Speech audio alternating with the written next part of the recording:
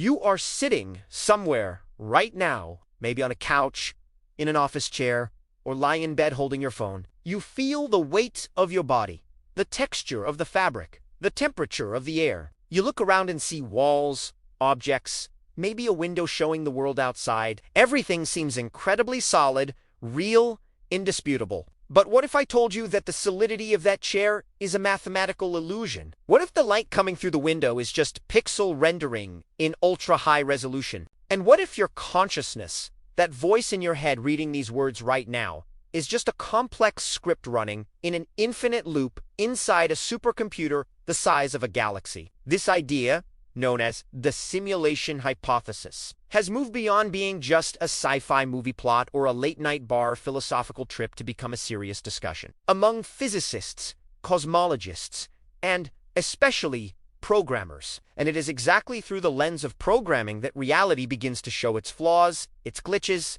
When you understand how computers work, how virtual worlds are built, and how artificial intelligence evolves, looking at our universe becomes a disturbing experience. Because, believe it or not, our universe has all the characteristics of software. Let's start with the basics.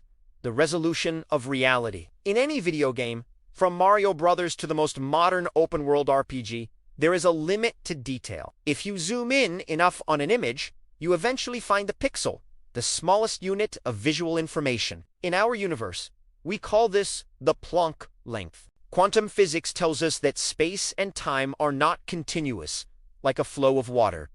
They are granular, like sand. There is a minimum distance, the Planck length, and a minimum time, the Planck time, below which physics simply ceases to make sense. You cannot divide space infinitely. You hit a limit in a real analog world. This shouldn't happen. But in a digital world, this is exactly what we would expect. It is the grid, the maximum resolution of the universe's screen. It is as if the creator defined the graphic quality of the game, and we have just found the pixel size. Now, look at the speed of light. Why is there a cosmic speed limit? Why can nothing go faster than 299,792,458 meters per second? To a physicist, this is a fundamental constant. To a programmer, this looks a lot like a processing limit. Imagine you are playing an online game. Information needs to travel from the server to your computer. There is latency, lag.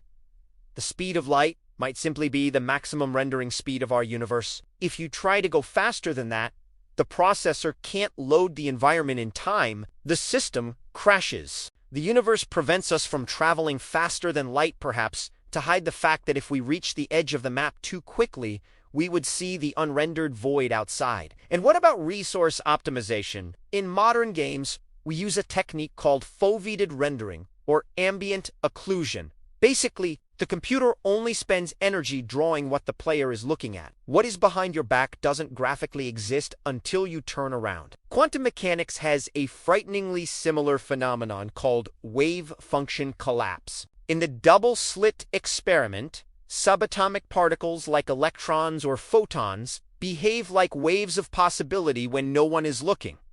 They don't have a defined position. They are everywhere at the same time. But the moment we place a detector to observe where the particle passes, it decides on a position and behaves like solid matter. This sounds insane, but it is the basis of modern physics. Reality is only defined when it is observed. To a programmer, this is obvious. It is a memory-saving measure. Why would the server waste RAM calculating the exact position of every atom in the universe if no one is looking? The system leaves everything in a suspended state wave and only renders reality particle when a player observer interacts with it. Let's escalate the discussion. Elon Musk, Neil deGrasse Tyson, and philosopher Nick Bostrom have popularized the statistical argument for simulation. Think about the evolution of our own games.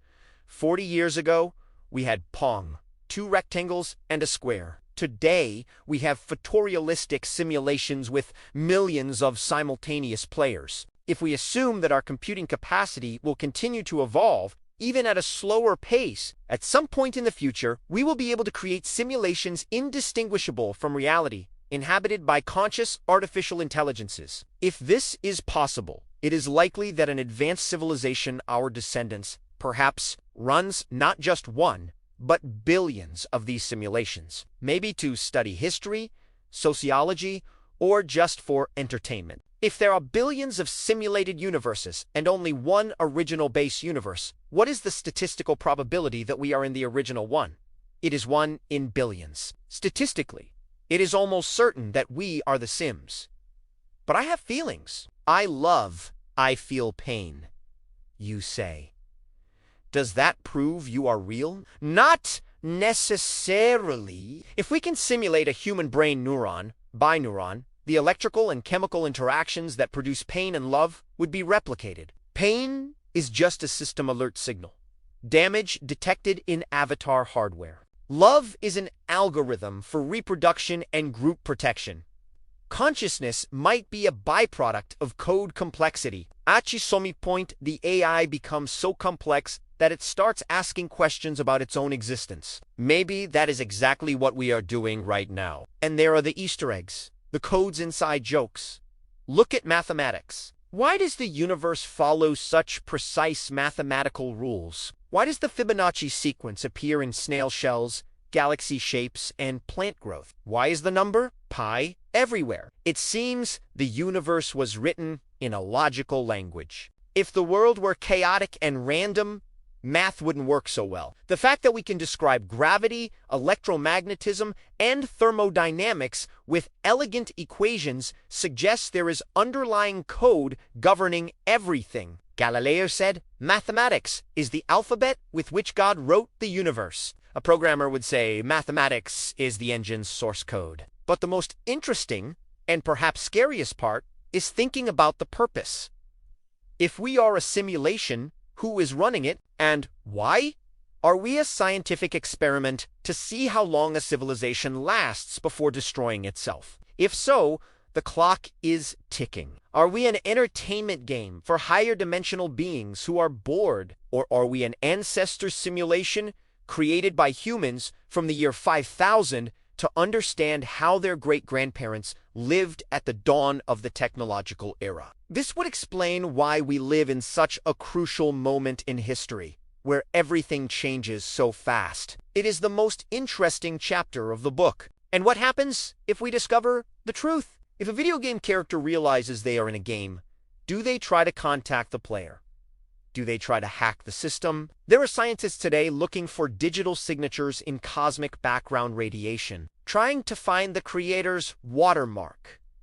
If we find it, what do? Will the system administrator pull the plug and shut down the server because the experiment was contaminated? Or will we gain access to the command console and be able to change the laws of physics?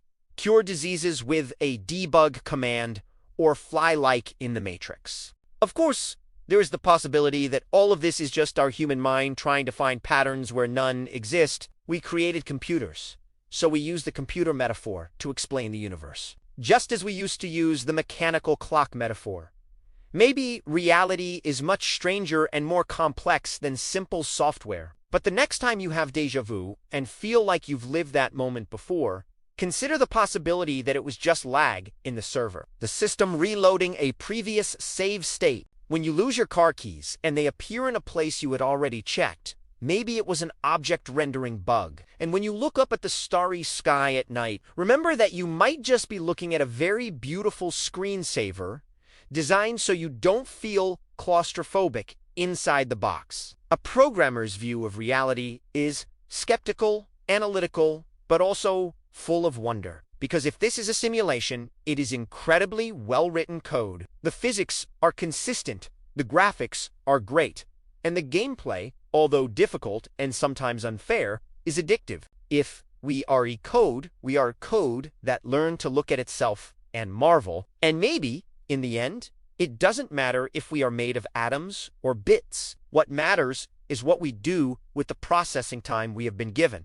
So, play the game, explore the map, level up your character, and try not to crash the system.